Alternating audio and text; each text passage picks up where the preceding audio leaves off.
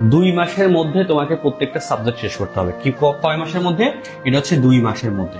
কারণ 2 মাসের মধ্যে যখন শেষ করবা, শেষ করার পর কিন্তু তুমি যদি কোশ্চেন ব্যাংক এখনো সলভ করে না থাকো বা তুমি অলরেডি কোশ্চেন ব্যাংক সলভ করছো, কোনো সমস্যা নেই, আবার নতুন করে কোশ্চেন ব্যাংক সলভ করতে হবে। 2 মাস পরে যে যখন কোশ্চেন ব্যাংক সলভ করতে পারবা, তখন তুমি বুঝতে পারবা যে হ্যাঁ, এই টপিকটা আমি এই জায়গায় পড়ছি, এত নম্বর লিখে এটা পড়ছি, বইয়ের এত নম্বর পেজে পড়ছি, এবং এই কোশ্চেনটা এই কারণে অ্যান্সারটা এটা হইলো। কোশ্চেন ব্যাংকে অনেক কোশ্চেন অ্যান্সার ভুল থাকবে।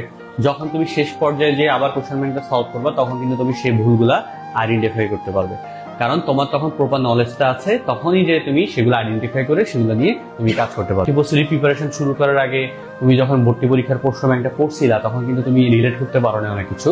সেই রিলেট করার সেন্সটা তোমার আগামী 2 মাসের মধ্যে ক্রিয়েট হয়ে যাবে। যতগুলো কোচিং এর লিখতে শিট বা বই শেষ হয়ে যাবে, তার পরবর্তী যে মাসটা থাকবে অর্থাৎ লাস্ট মান্থ, সেই লাস্ট মান্থে কিন্তু তোমাকে অবশ্যই বারবার রিভিশন দিতে হবে।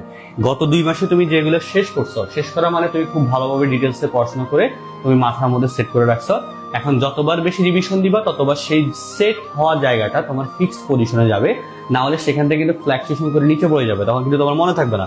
তাহলে 2 মাসে প্রতিটি বিষয় শেষ করতে হবে, এবং তৃতীয় মাসে অর্থাৎ থার্ড মান্থে তোমাকে অবশ্যই রিভিশন দিতে হবে। যতবার পারো রিভিশন দিতে হবে। এটা কোনো ভালো ধরা নিয়ম নেই, যতবার ইচ্ছা রিভিশন দিবা, চোখের পলক ফেলবা, তখন দেখবে যে তোমার জিনিসটা মনে রাখার সম্ভাবনাটা আরো বেশি বেড়ে গেছে।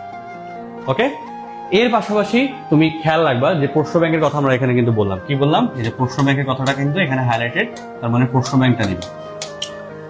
চতুর্থতে আমি বলবো তুমি ডাউট সলভ করবা। তোমার যতগুলো জায়গাতে ডাউট হবে, সেই সবগুলো জায়গার ডাউট গুলা তুমি তোমার কোচিং এর টিচার অথবা তোমার যদি সিনিয়র কেউ থাকে পরিচিত, তার কাছে তুমি ডাউট সলভ গুলা করে নিবে রেগুলার। তোমার যতগুলো ডাউট আছে, তোমার অনেকগুলো জায়গায় ডাউট থাকবে, সেই ডাউট গুলা তুমি রেগুলার সলভ করে নিবে। এটা হলে কি হবে, যে কোশ্চেন গুলোতে তোমার কনফিউজিং আছে, মানে কনফিউজিং মনে হচ্ছে, সেগুলো কিন্তু ক্লিয়ার করে ফেলতে পারবে। এন্ড ডাউট সলভের পাশাপাশি একদম শুরু থেকে আগামী 3 মাস যেভাবে হোক একটা গাইডলাইনের মধ্যে থাকবে। কোনোভাবে ওই গাইডলাইনটা মিস করা যাবে না।